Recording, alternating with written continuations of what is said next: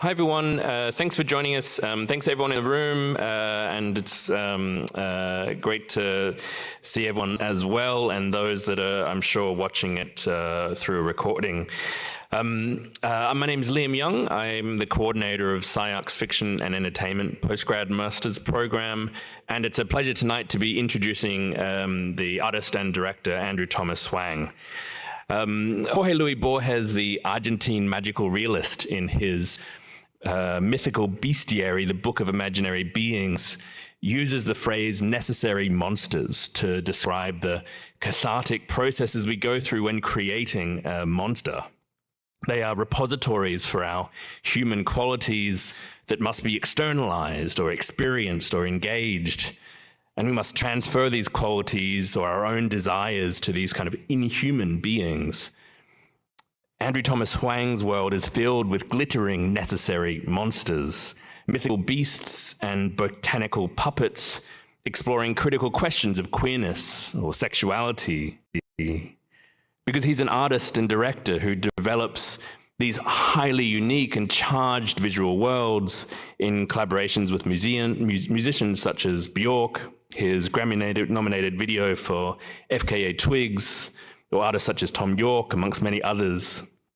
And most recently, he's been focusing these stories through his own films, particularly premiering Kiss of the Rabbit God at Tribeca, which is a story of a Chinese-American restaurant worker who falls in love with an 18th century Qing dynasty god who visits him at night. And his first feature in development now, called Tiger Girl, following a teenage girl growing up in 1960s LA who struggles to reconcile her own identity with family expectations while she finds a tiger living in her attic. And we're thrilled, of course, to also host Andy as one of the key guest mentors in our own fiction entertainment postgrad program here at SCI-Arc. He's been a guest across the last several years, and his generosity and energy in his interactions with our students has been very much inspirational. So it's an honor to give him this forum tonight, to join him on his travels through a landscape that is alive with color and character, eccentricity, and fabulous fairy tales. Thanks for joining us, Andy.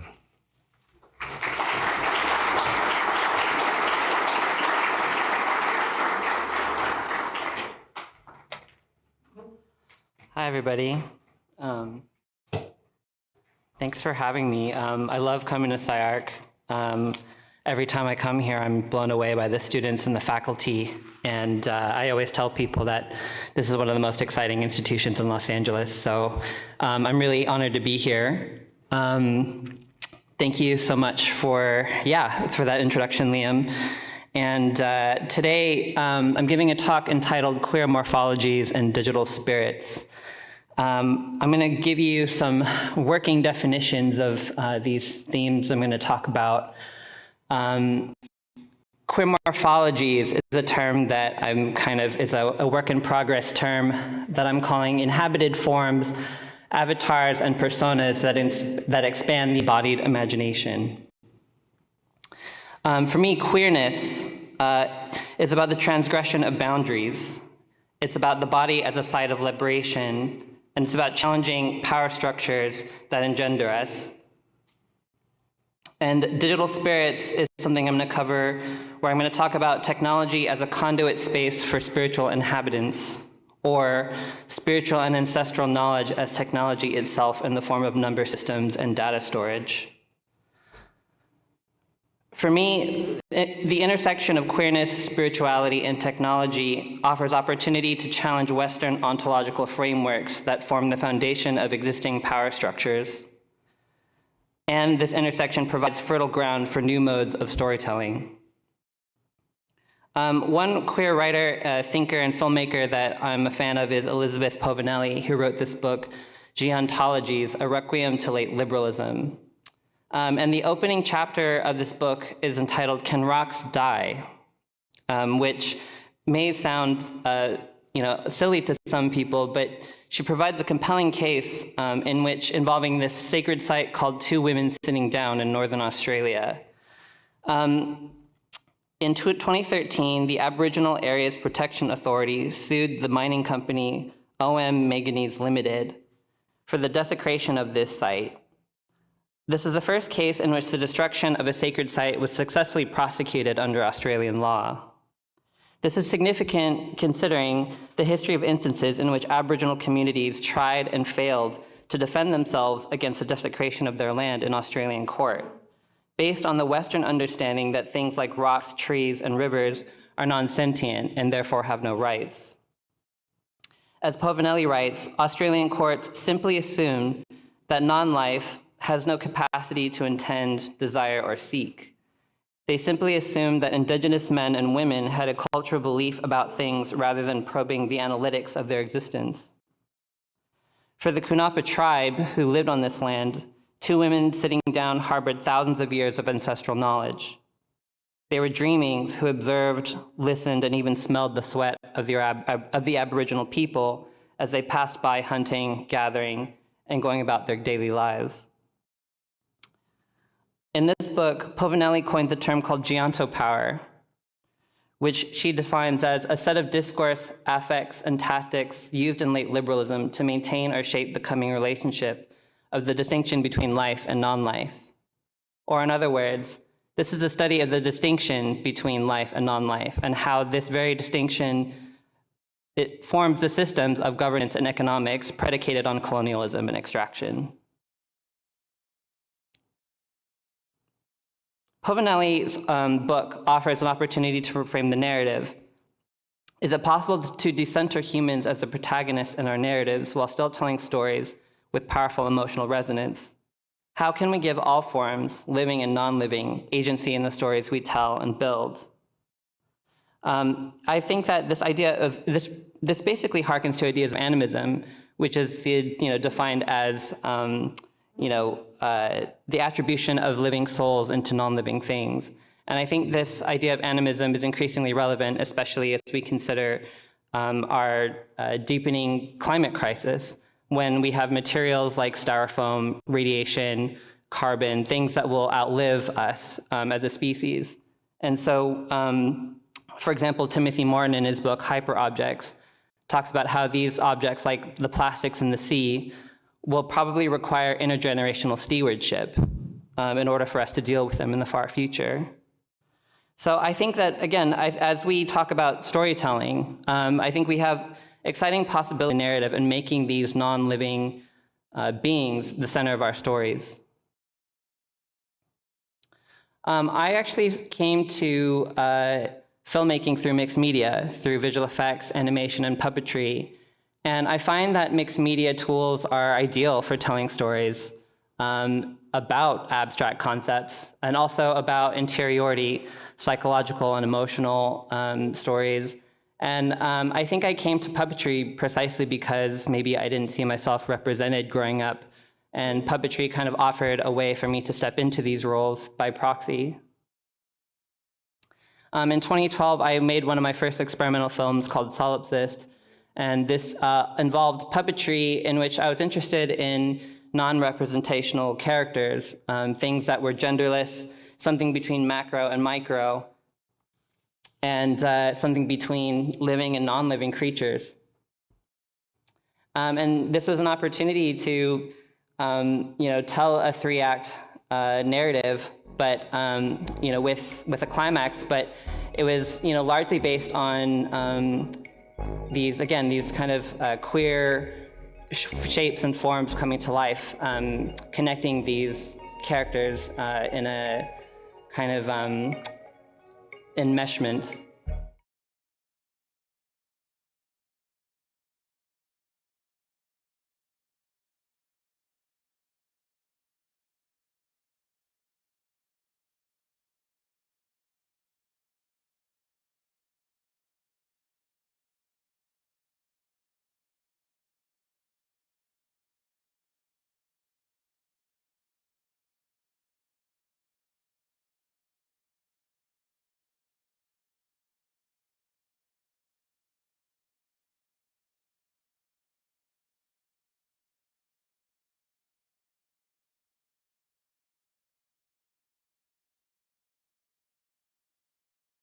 project that the Icelandic artist Björk saw, and we did our first music video together in 2012 for a song called Mutual Core.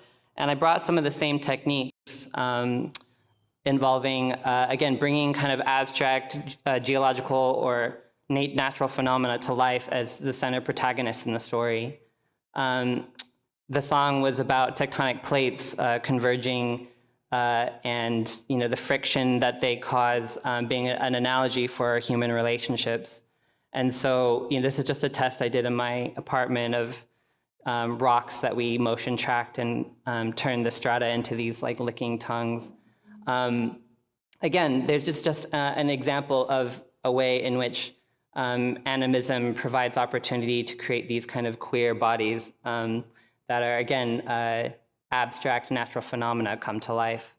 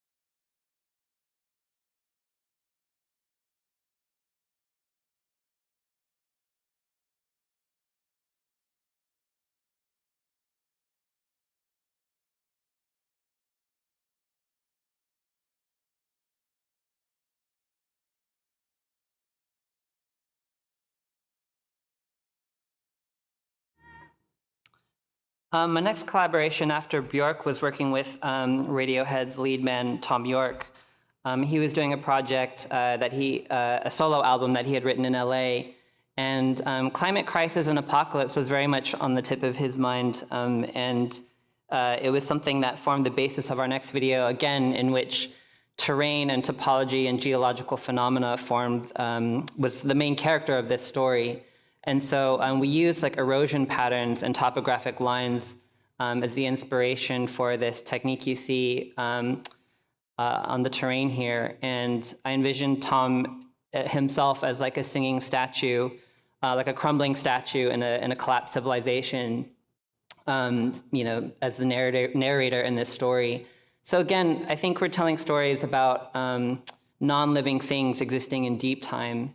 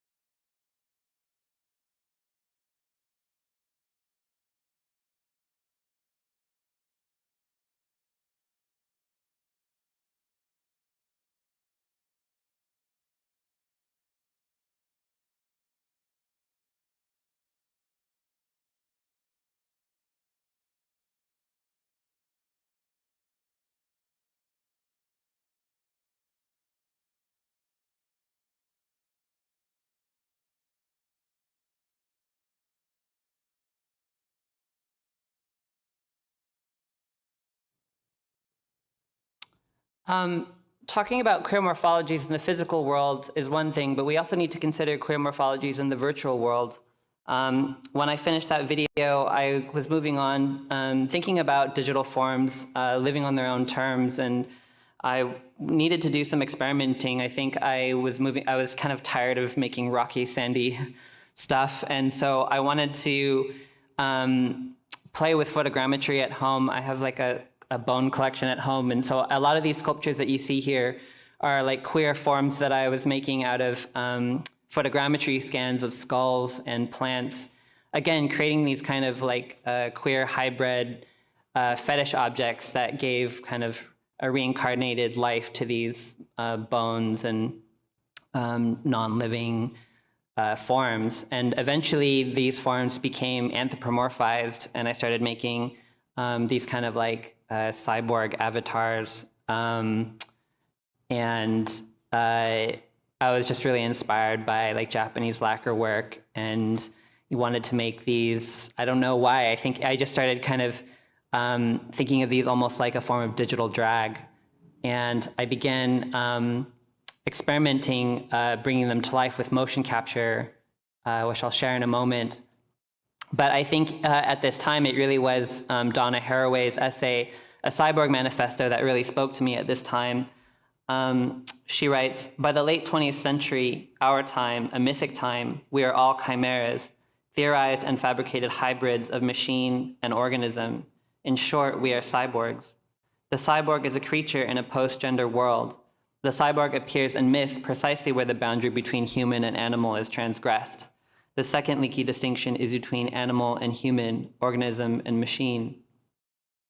The cyborg myth is about transgressed boundaries, potent fusions, and dangerous possibilities.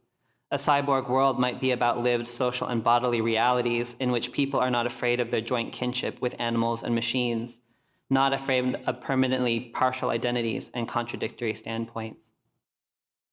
I think that those words kind of perfectly encapsulate, I think, the way we think about bodies now, and I think in a queer sense. And I think this experimentation I was doing with avatars kind of culminated in this 9-part like digital purgatory that I made called Flesh Nest. This project for me was a way to give a stage for these avatars to exist in. I was really interested in the way that internet infrastructure is represented in a really naive way. Like if you Google what does the internet look like, you get a lot of images of like internet superhighways or like clouds or like tunnels of numbers, and it's very like new agey kind of imagery. And I was interested in that kind of naivety in the same way that people used to think about spiritual dimensions, like Dante's Inferno or like the Divine Comedy, where we envision these kind of other worlds as like onion skin layers that coexist on top of ours. And so I wanted to create this world in which human behaviors were cataloged in the form of motion capture and given to these cyborgs to bring to life in these 9 chapters.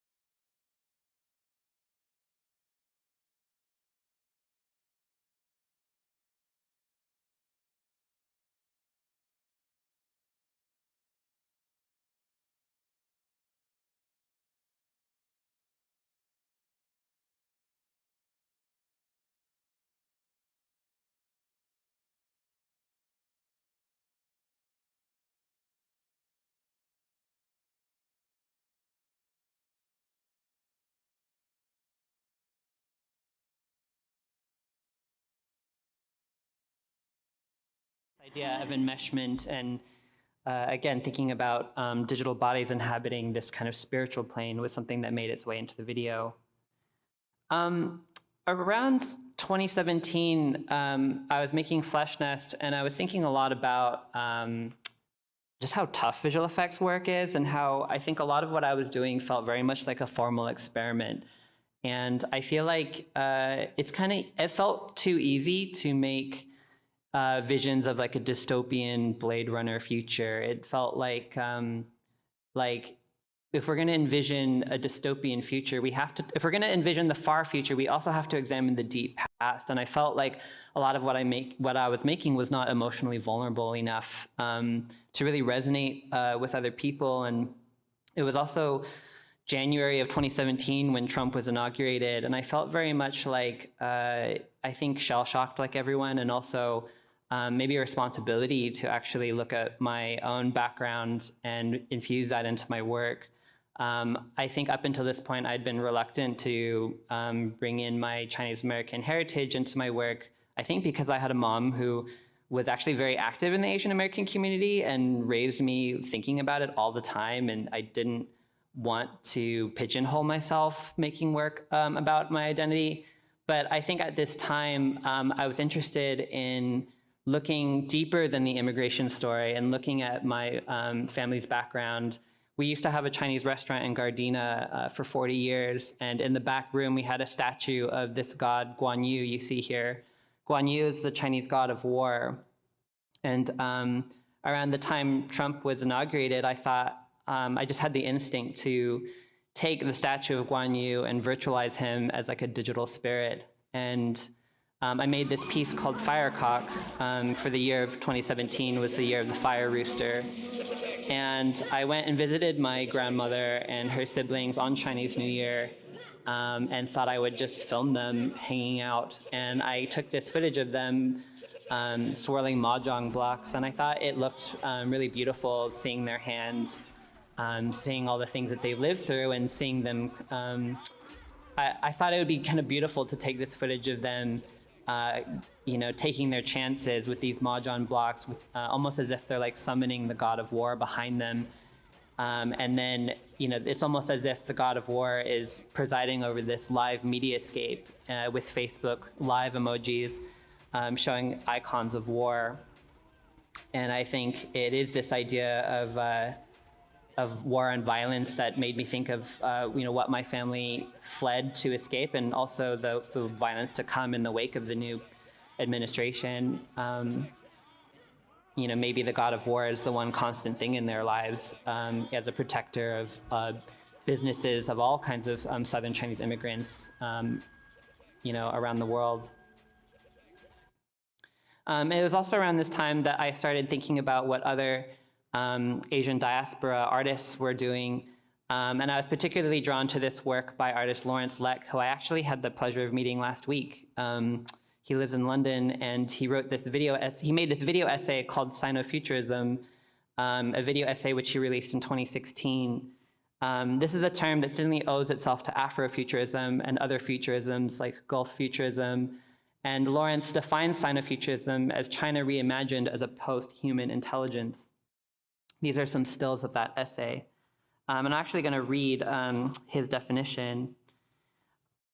Lawrence says, Sino-Futurism is an invisible movement, a specter already embedded into 1 trillion industrial products, 1 billion individuals, and 1 million veiled narratives. It is a movement not based on individuals, but on multiple overlapping flows of populations, of products, and of processes.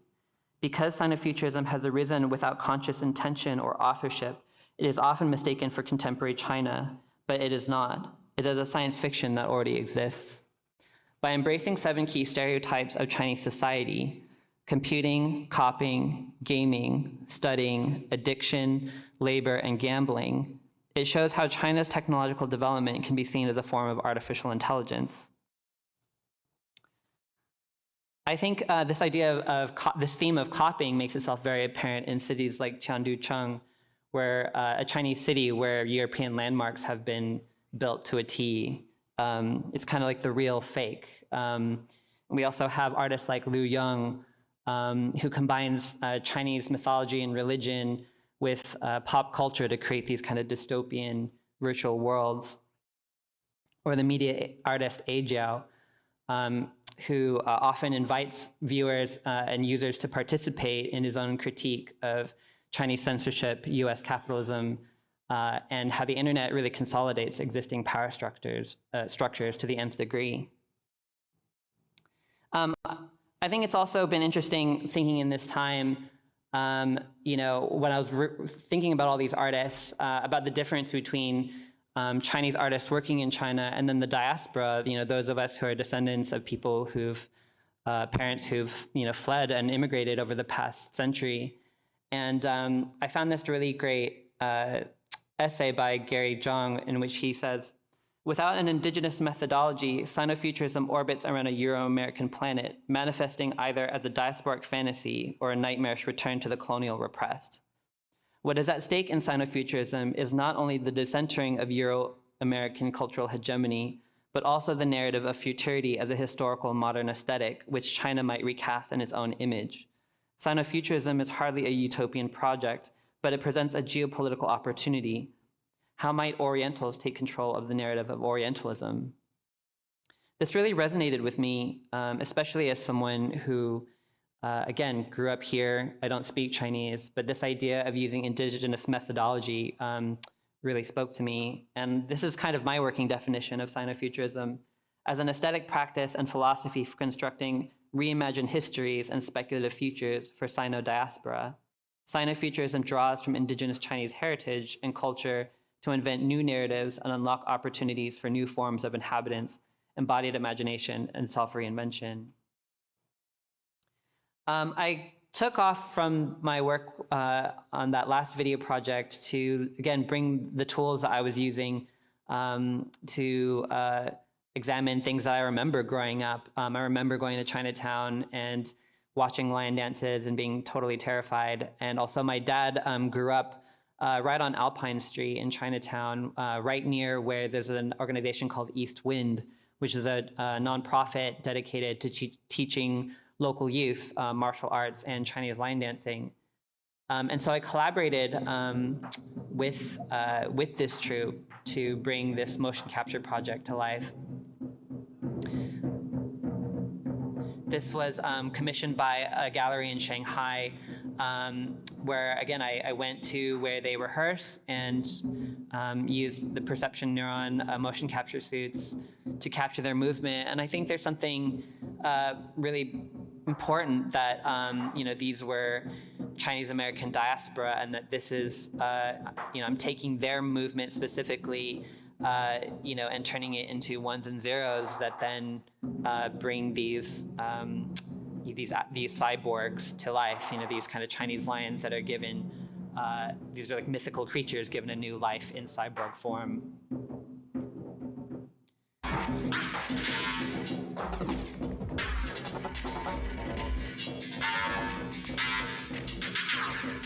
And I think I just grew really inspired by the idea that Chinese mythology and you know, things that actually I was not that familiar with were things that I could delve into and research and bring to life in this virtual way. My next collaboration following this was with a Beijing performance troupe called Asian Dope Boys, led by the artist Tianzhou Chen. They were actually passing by LA to perform at the Broad, and we made this piece together where, again, I did motion capture of their performance and turned them kind of into these avatar gods with these exoskeleton suits that were sculpted from Tang Dynasty ceramics. This is the final product where we turned that footage into 2 triptychs that were shown at the Venice Biennial in 2019. And something that I did is, again, these are Tang Dynasty ceramic characters that were then turned into these exoskeletons using motion capture, but then I placed them in this 3D model of like a San Gabriel Valley strip mall, kind of, again, envisioning them like these cyborg gods in like a commercial hell space.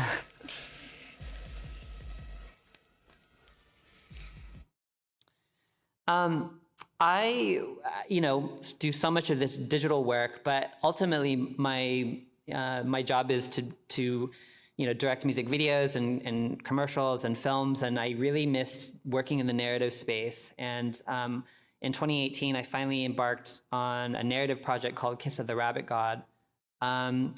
It's a short film about a Chinese Qing dynasty god that visits a Chinese restaurant worker at night and takes him on a journey of sexual awakening. And I was invited to do this project by the cultural platform Nowness. They have a series called Define.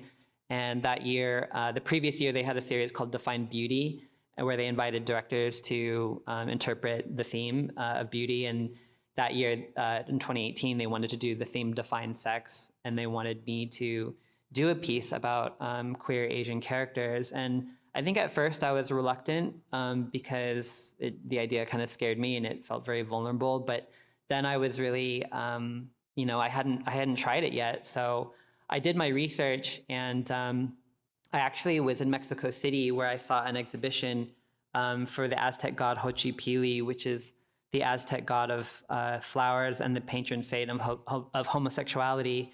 And I thought to myself, is there a patron saint of homosexuality in Chinese mythology? And I realized that there was actually plenty of instances of queerness in Chinese mythology, but that a lot of it had been erased. And this rabbit god was one of the few things that I could find out there. And there is an actual temple in Taiwan dedicated to this god. You can see images on the right, which I actually had the pleasure of visiting and screening the film there. But yeah, I had the idea of bringing this Chinese god to life, almost as like a K-pop star.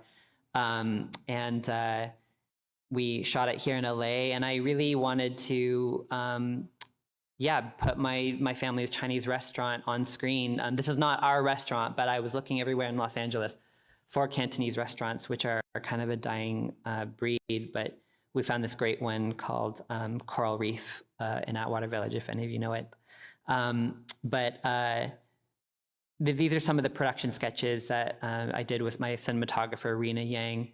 And I kind of wanted this to feel like I think I was afraid of making a romance film. I wanted to make this feel more like a vampire film, something really dark and seductive. And these are just some of the production sketches I do to, show my crew, what's in the foreground, midground, and background. I think, as a visual person, I think drawing and painting has been my best tool in working with my team to bring these worlds to life. And these are just some more production stills. But this was, really, I guess, new space for me to work in, and it was quite vulnerable, and especially considering. I don't know, I guess I do this kind of work for musicians all the time, putting them on screen and making them look amazing. And I hadn't actually done it for a story involving people like myself. And so it was really fun and empowering to do this. And I wanted all the symbols in the film to be thoroughly researched. This is actually the mandala on the god's chest that I designed based on this William Blake quote, "Eternity is in love with the productions of time." And I interpreted that with these seal script symbols of love in a circle, almost as if each one of these symbols was every time the god had been reincarnated or fallen in love. And this is the symbol for double happiness, which is very common for love and marriage on the main character's pelvis. And again, thinking about queer morphologies and telling stories about non-living things, I think blood was an important character of this story. And it was an important, actor in this kind of Chinese fairy tale. I actually had a lot of fan art come out after I released the film, which I was really shoofed by. I was quite amazed at the response on the internet, and I was kind of reaffirmed that there is a demand for stuff like this out there. And it actually, it was the release of this film that actually just ended up bringing me and a lot of my community together. And it was actually one of the screenings that formed a queer nightlife party called Q&A here in Los Angeles for queer Asian folks. And I ended up designing flyer art for them like this. 2020 was the year of the metal rat. And so I made these rat sculptures to promote the party. And I also just befriended a lot of other queer Asian family here in LA. And I was just honored to do portraits of them and again, take like digitize like Chinese mythological symbols and motifs and kind of like deify these people in my community, which was really an honor. But it was also this time, spring of 2020, that the pandemic happened, and no one could do anything, and I was stuck at home and couldn't shoot anything. And so I think I used it as an opportunity to use photography as a way of storytelling and to actually inject myself into this narrative, which again was quite vulnerable, but I figured I should do it, because I was making actors do it, and I should do it myself. So I began kind of, again, almost like using myself as one of those cyborg avatars that I was playing with just a couple years prior, but doing it instead with this Chinese symbolism. And I actually found that using these visual effects techniques to create digital physical interaction ended up with these really cool layers, like on the right, which I actually think are better than the final image. And I think iteration is just an important part of making these. And I think the layers are just as important as the final thing. These are just a few more. And these are just some of the examples of like all the iterative renders I do to design the jewelry. For every image, I probably make, I don't know, 50 different renders and choose from there, which one is the final. And, this is a photogrammetry scan of my own face, kind of turned into, again, this kind of queer digital fetish object. Also, during the pandemic, it was a great time to do research. I was continuing to research Taoist symbolism, and I found this great book by Laszlo Legeza that's a documentation of Taoist magic, symbolism, and calligraphy.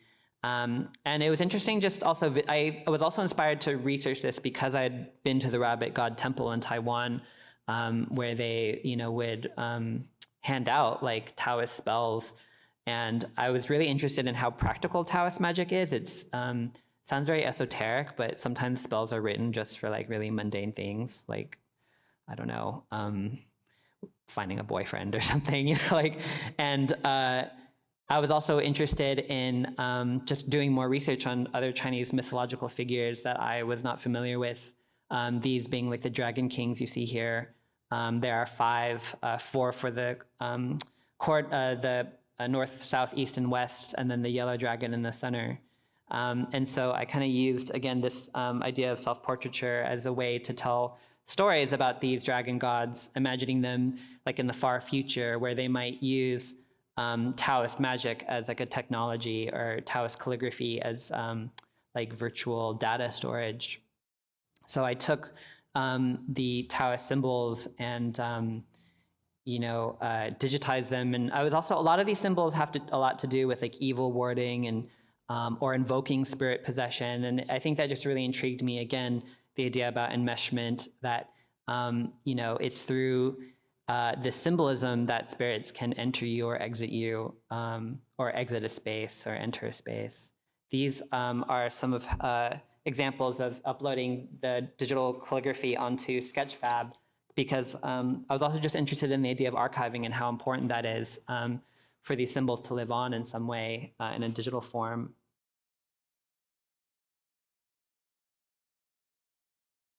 There's also just important color symbolism to each of these dragons. This one being the Eastern dragon. It's like a blue-green dragon, and its element is wood.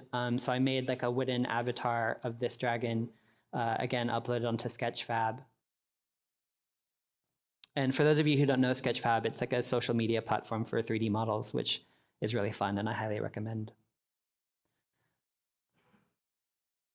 I found this great book by this author, Alvin Lim, called Digital Spirits and Religion and Media. And I was just really inspired by his writing on this particular festival called the Nine Emperor Gods Festival in Singapore. This festival it's a huge event where people use technology to, it's seamlessly interwoven into the festival. The events are promoted on Facebook. Taoist spells and charms are distributed on social media. Drones are used to document the event. Everyone's got their phones out and are using their devices to, communicate with each other and with spirits.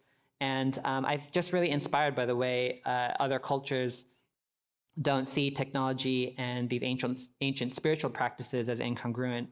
And this festival also involves, a really intense spiritual possession and spirit possession. And again, these events are captured using digital media and disseminated and shared. I was also really interested in just Taoist mapping of the body and the way that spiritual life is visually represented in diagrams, like this one being an aging two, which is translates literally as like inner landscapes of the body. And so that kind of inspired this next series of work where I was trying to envision almost like ancestry, but mapped out in the form of like digital sculptures. And I was thinking a lot about ancestry and how we often think of it in this form of like a diagram tree. But I was like, what if we think of ancestry in terms of, in a sculptural dimension or in terms of like luminance? Or what if ancestry, is a technology that can, connect to your body literally? Like here I have an ancestral tree that is connected with like a USB cable to my cranium. Or like the Chinese pearl of knowledge here is connected to my cranium using the Chinese symbol for longevity as like a connector point to my cranium. So it was just, again, this idea of like taking Chinese symbols and ancestry and spiritual realism and converting it into forms of technology represented in the form of these photographs. Here's, again, some work in progress video of just showing all the iterations that I do to make the jewelry.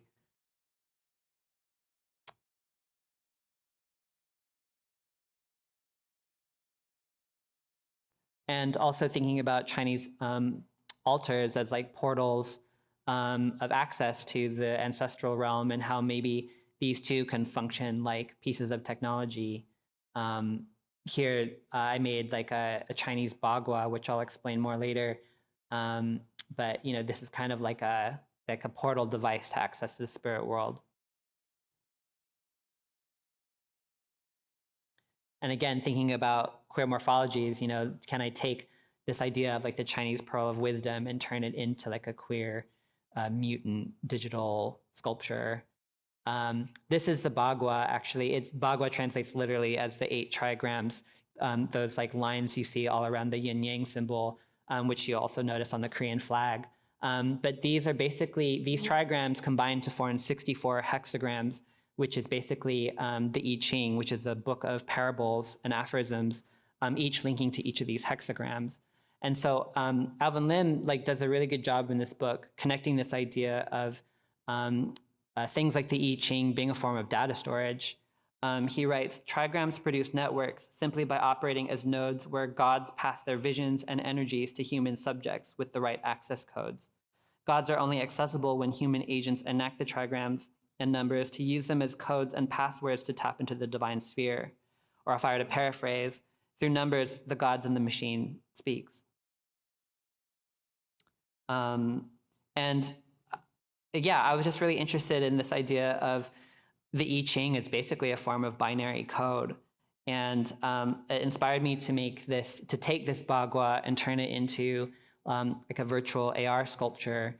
Again, this kind of mutant drone-like object that's somewhere between, biological and machine, where the 8 trigrams are here, adorning the pearl of knowledge in the center. That talisman in the very center is called the open heart talisman. And yeah, again, I kind of imagined like taking this bagua and hooking it up almost to like a receiver there on the bottom, with like the symbol for longevity, almost as like some kind of connecting device that you could plug into. And I released this piece in my first online exhibition, minting this work. There was an exhibition called Feral File, curated by Rick Silva in Portland. And it was also just with a group of artists that I really respect. And it was the first time that I'd done an AR piece. And I think it was important too that this object, you know, the I Ching is like it's like a form of Chinese tarot, and it's something that people consult for very personal reasons. And I thought it'd be nice for this object too to be personalized in your own space as an AR object. These are just some videos my friend James Mary took with the bagua in Iceland and in his hometown of Stroud in the UK.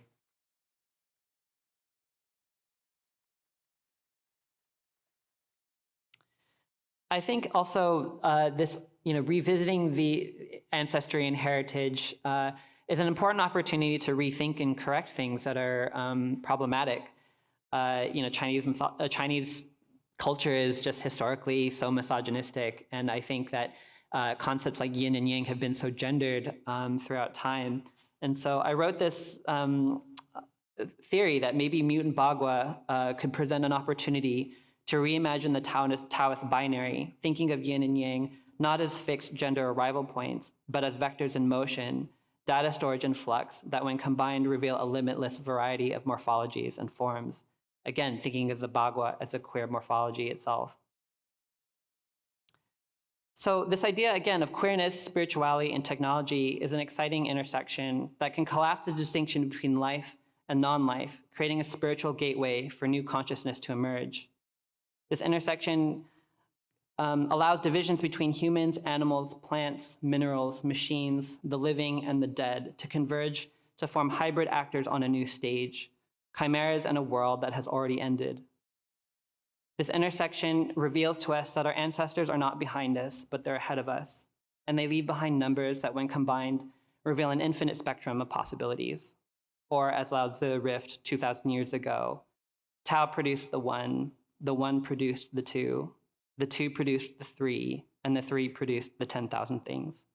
Thank you very much.